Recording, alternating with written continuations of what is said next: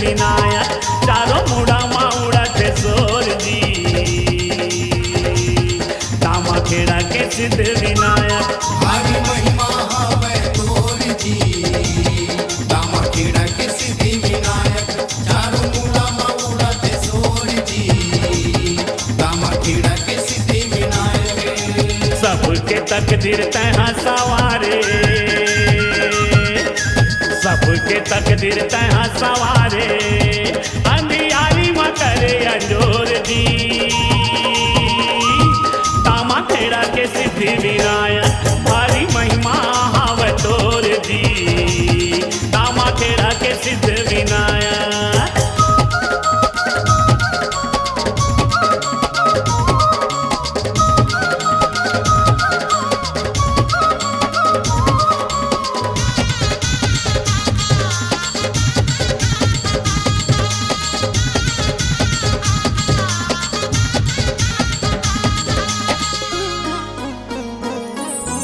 दामा खेड़ा धोबनी गिरवई आस पास के भगत मन मंदिर तोर बनवाए बरदेवा करे लागिस जब का जतन मंदिर तुर बनवाए बरदेवा करे लागिस जब जतन कृपा तोर बरस के हो देवा नहीं आई से कुछ अर्जन हजारों के बाद लाखों माँ हो गे तुरते जुट के जन और धन हजारों की बात लाखों माँ हो गए तुरते जुट गए जन और धन श्रद्धालु उमर गे भारी श्रद्धालु उमर गे भारी भाव भक्ति के बांधे ये डोर जी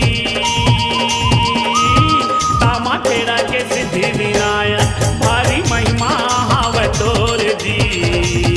दामा खेड़ा के सिद्ध विनायक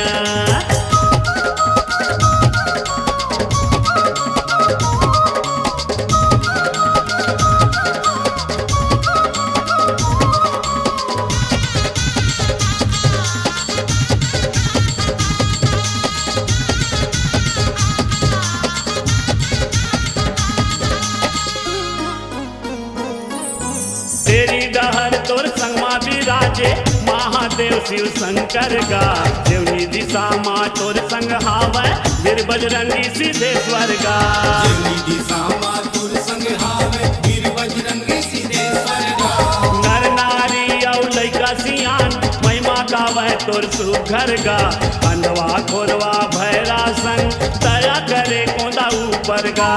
अंधवा कोरवा भैरासन दया करे कोंदा ऊपर गा दिन दुखिया के दुखला हरैया दिन दुखिया के दुखला हरैया हे गणपति देवा मोर जी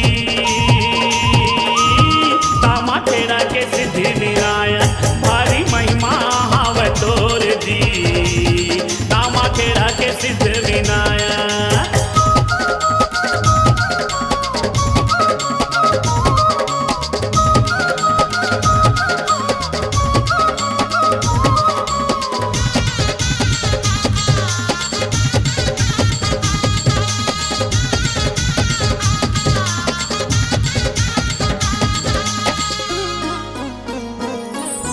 सुंदर कांठ हनुमान चालीसा पाठ होते मंगल के दिन बुधवार व्रत कर ले देवैया ही बुद्धि बल के दिन बुधवार व्रत कर ले देवैया ही बुद्धि बल के अंतरयामी सबके स्वामी राखे खबर जी पल पल के चारों धाम दाई ददला जाने मुसवामा घूमे चर चर के चारों धाम दाई दादा न जाने मुसवामा घूमे चढ़ चढ़ के मंगल मूर्ति आनंद दाता मंगल मूर्ति आनंद दाता और विनय करो कर जोर जी दामा खेड़ा के सिद्धि विनायक भारी महिमा हवे तोर जी दामा खेड़ा के सिद्ध विनायक सबके तकदीर तहाँ सवारे सबके तकदीर तहाँ सवारे अंधी